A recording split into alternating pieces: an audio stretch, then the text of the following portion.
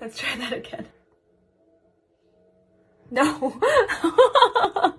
It didn't work.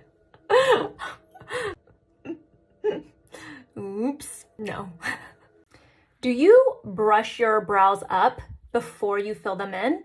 This is a mistake I see a lot of people make. To get the best results when you fill in your eyebrows, you want to actually brush them down. And that way you can actually see the gaps that you need to fill in without going overboard. This is the Brow Whiz by Anastasia. I love this pencil and I have loved it for years. So I feel like I'm just sparse right there. So I'm just gonna go in an upward motion very lightly and fill that in. And then you can see I'm sparse right here and I'm sparse right there. So I'm just gonna fill that in too, kind of in a straight line.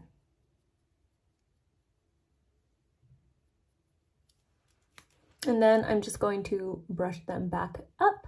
The last step is to just use a brow gel to hold them in place. And I also think that it locks in all that work that you just did too. So the lesson here is don't brush up before you fill in your brows, brush down.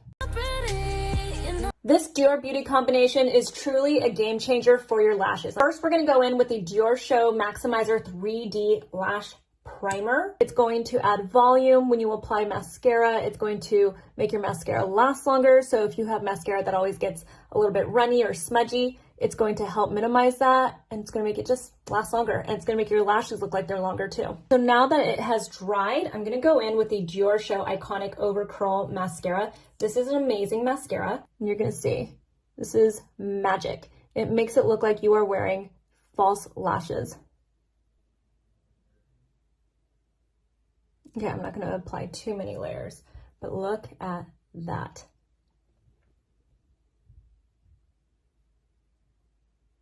Now look at this. These are my lashes. It's really impressive, right? If you're wondering if you should get just one of these, I say you get the combination. For the ultimate bright under eye that blends perfectly into your blush, grab your lightest concealer and a pinky liquid blush and mix them together. So what she's really talking about is color correcting. I have those exact products, so I might as well give this a try and see if my pink blush blends better with my skin too. I believe she went in with the Rare Beauty blush in the color Happy. Dollop of that. Mix it with a dollop of this NYX concealer and see if I can get that same kind of tone. So this is looking a little bit more peachy. In here. That looks pretty, but it just looks like I put concealer on. I added more pink to it. Now it's looking really pink to me. So yes, that is pink to me. So now we can see I look like I've got pink, almost like a pink shimmer under my eyes or something. So kind of like a color corrector. I do not have a pink setting powder, but I am going to use this Laura Mercier Secret Brightening Powder. It's translucent, so it shouldn't dull it too much, and I'm not going to put a lot to set it. Yeah, still pink. I don't know, it's kind of pretty. This looks like a lot of makeup to me because I don't do this, but I can see where it's going and it feels very youthful to me. Like it feels like I'm going to look very glowy when I put my blush on.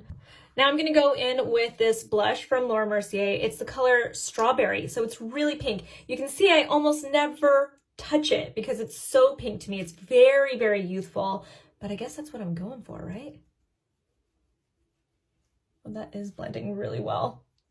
Look how cute. Honestly, I think it's so pretty. I feel a little intense right now because I feel like it makes me look so snatched. In a good way and also like in a bad way because it feels very unnatural looking to me. But you can see what's happening here, right? I was fully expecting to be like, nah, this doesn't work. It's not right. And now I'm like, oh, I need to try this with other makeup looks and see if I can make it blend a little bit better because I'm so bronzy everywhere else. This is so pretty. This liquid eyeliner from L'Oreal has a little stencil on it so that you can do a winged liner easier. I am going to give it a try right now. So what you're supposed to do is take the stencil and line it up. And let's see how this works.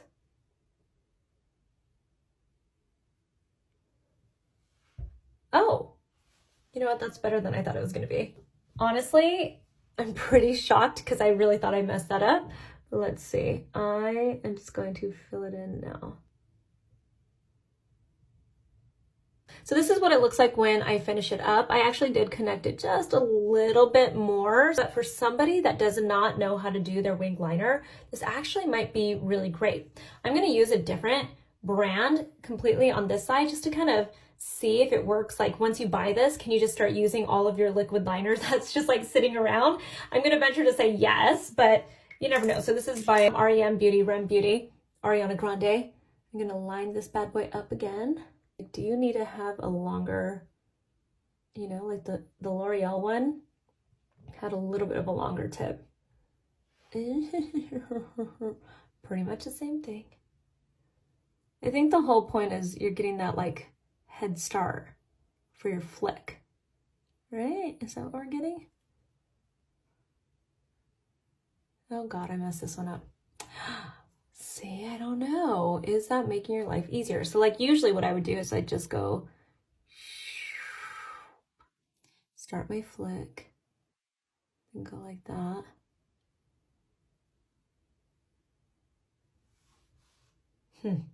I don't know. On this side, not bad. So might be good for some people. Maybe it takes a little bit more practice. So then in my opinion, I'm going to venture to say that you could probably just practice doing it freehand, but it does look pretty good. What do you guys think? If you take some micellar water and you dip it into an eyeshadow, you can make like any color graphic liner. Or hear me out, you could definitely use micellar water if you want, but micellar water is made with surfactants, which are meant to cleanse your skin, so the staying power isn't necessarily going to be there. I would actually even prefer if you used just plain old water, but even better, use a setting spray. Setting sprays are made to make your makeup last. I'm going to take the setting spray, I'm going to really kind of douse the brush. I'm going to take this from Hindosh. It's so beautiful. I'm going to go with this one. I'm just going to dip into it like that. You know, say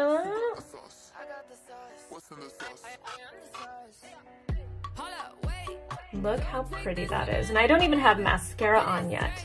If you get mascara onto your eyelid while you're applying your mascara, I have a little trick for you. First, do not touch the mascara on your eyelid. Let it completely dry down and just finish doing your mascara because you might even get more onto your eyelid anyway. Then when it's completely dry, you take a stiff brush.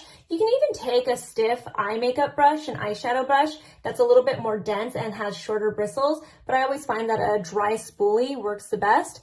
And then you're just going to take the spoolie and kind of just gently wipe it away. It's the best way to do it without disturbing your makeup and more so without smearing your mascara all over your eyelid. So you can see it's completely gone. This is the creamiest, most delicious contour stick that I've tried. I love a contour stick, so I am ready to give this a try. My shade is medium, and I'm just gonna go with that. Definitely creamy and easy to use. A little bit right there on the nose. Oops, too low for me, but I think this works. It does come with this little brush on the end, but I'm just gonna use my brush because I'm used to using it, and it does blend so pretty. I love bronzer. If you've been watching my channel, you know I'm a bronzaholic, and this looks really nice. I'm just putting a little bit on my eyelids. And I really like this. It looks so good. Big thumbs up. Makeup by Mario contour stick. It's really nice. All right, so I just got this from Revlon. It is their SkinLights Prismatic highlighter, and this is the color Twilight Gleam. So I thought I would just give this a really quick try. This was sent to me through PR, and I always appreciate that. But you can see that's gonna be pretty. So I'm just gonna use a fan brush. This one is from Laura Mercier. I'm gonna dip it in there. Oh. Oh yeah, that is really pretty. This really reminds me of a highlighter that you get from the luxury brands. It has this buttery kind of texture to it. It almost feels like it's like a gel when you first touch it, but then it's very powdery as you apply it.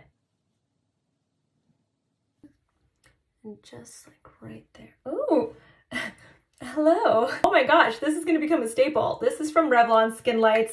I'm so glad they sent this to me. Give it a try. This is Charlotte Tilbury Hollywood Flawless Filter, and it is so popular on social media, but I actually think that the average person doesn't know what the hell to do with this.